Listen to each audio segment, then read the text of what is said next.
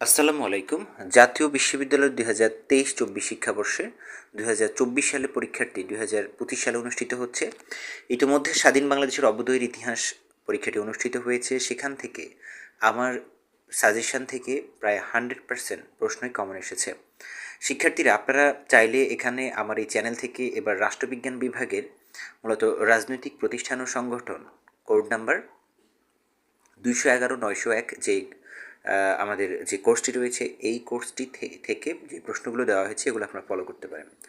ক বিভাগের ক্ষেত্রে আপনার 2018, 19, 20, 21 ও 22 সালের যে কুইজ প্রশ্নগুলো আছে সেগুলো আপনারা দেখে নেবেন। এবং খ বিভাগে 1 নম্বর প্রশ্ন হচ্ছে রাষ্ট্রবিজ্ঞান কি সংক্ষেপে আলোচনা করো, রাষ্ট্রের সংজ্ঞা দাও, স্বাধীনতার রক্ষা কবচগুলো কী কী, অধিকার ও কর্তব্যর মধ্যে সম্পর্ক নির্দেশ করো, মন্ত্রিপরিষদ শাসিত সরকারের প্রধান বৈশিষ্ট্যগুলো কী কী, যুক্তরাষ্ট্রীয় সরকার বলতে কী বোঝায়, বিচার বিভাগের স্বাধীনতা বলতে কী বোঝায়। এই হচ্ছে 7টা। আরও আছে হচ্ছে 8 নাম্বার ক্ষমতা স্বতন্ত্রীকরণ নীতি বলতে কী বোঝায়, নির্বাচক মণ্ডলী আসলে কি, রাজনৈতিক দল ও চাপ সৃষ্টিকারী গোষ্ঠীর মধ্যে পার্থক্য নিরূপণ করো, এলিট আবর্তন তত্ত্ব আলোচনা করো এবং সর্বশেষ হচ্ছে জনমতের সংখ্যা দাও।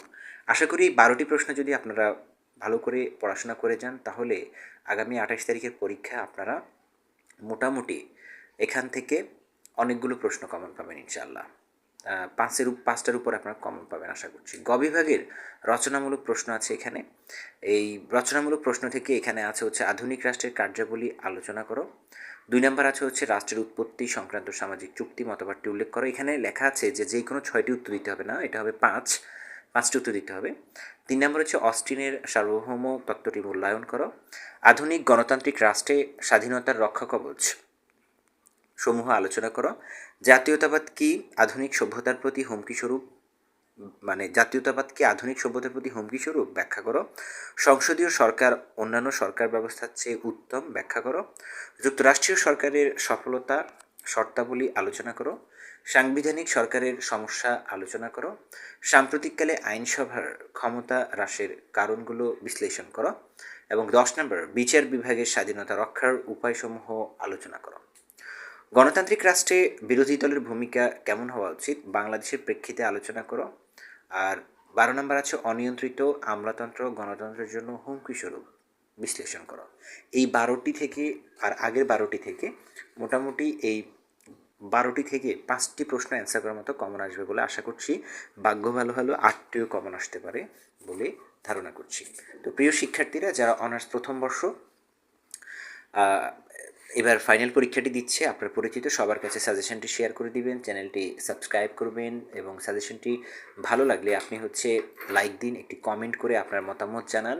এবং অনার্স প্রথম বর্ষে এবার যারা ভর্তি পরীক্ষার মাধ্যমে ভর্তি হয়েছে তাদেরকে চ্যানেলটির সাথে যুক্ত করে দিন, কারণ আমি অতি শীঘ্রই একটি বই লিখতে যাচ্ছি। নতুন যে কোর্সটি রয়েছে বাংলাদেশের ইতিহাস, ভাষা, সংস্কৃতি ও পরিচয়, সেই কোর্সটির উপর মূলত স্বাধীন বাংলাদেশের কোর্সটির পরিবর্তে এটি এসেছে। যেহেতু আগের বইগুলো কাজে লাগবে না সেজন্য নতুন বই লিখছি। সবাইকে স্বাগত জানাচ্ছি, আমার বইটি কিনবেন। যেখান থেকে বইটি কিনতে চান আপনারা হচ্ছে চাইলে আগে থেকেই বুকিং দিতে পারেন, আমার নাম্বার ভিডিও ডেসক্রিপশনে পাবেন। ইনশাল্লাহ সবাই পড়াশোনা করবেন এবং 28 তারিখের পরীক্ষাটি ভালো হবে ইনশাআল্লাহ। রাষ্ট্রবিজ্ঞান বিভাগের সবাইকে চ্যানেলের সাথে যুক্ত করার জন্য সবার প্রতি বিশেষ অনুরোধ রইল। আসসালামু আলাইকুম।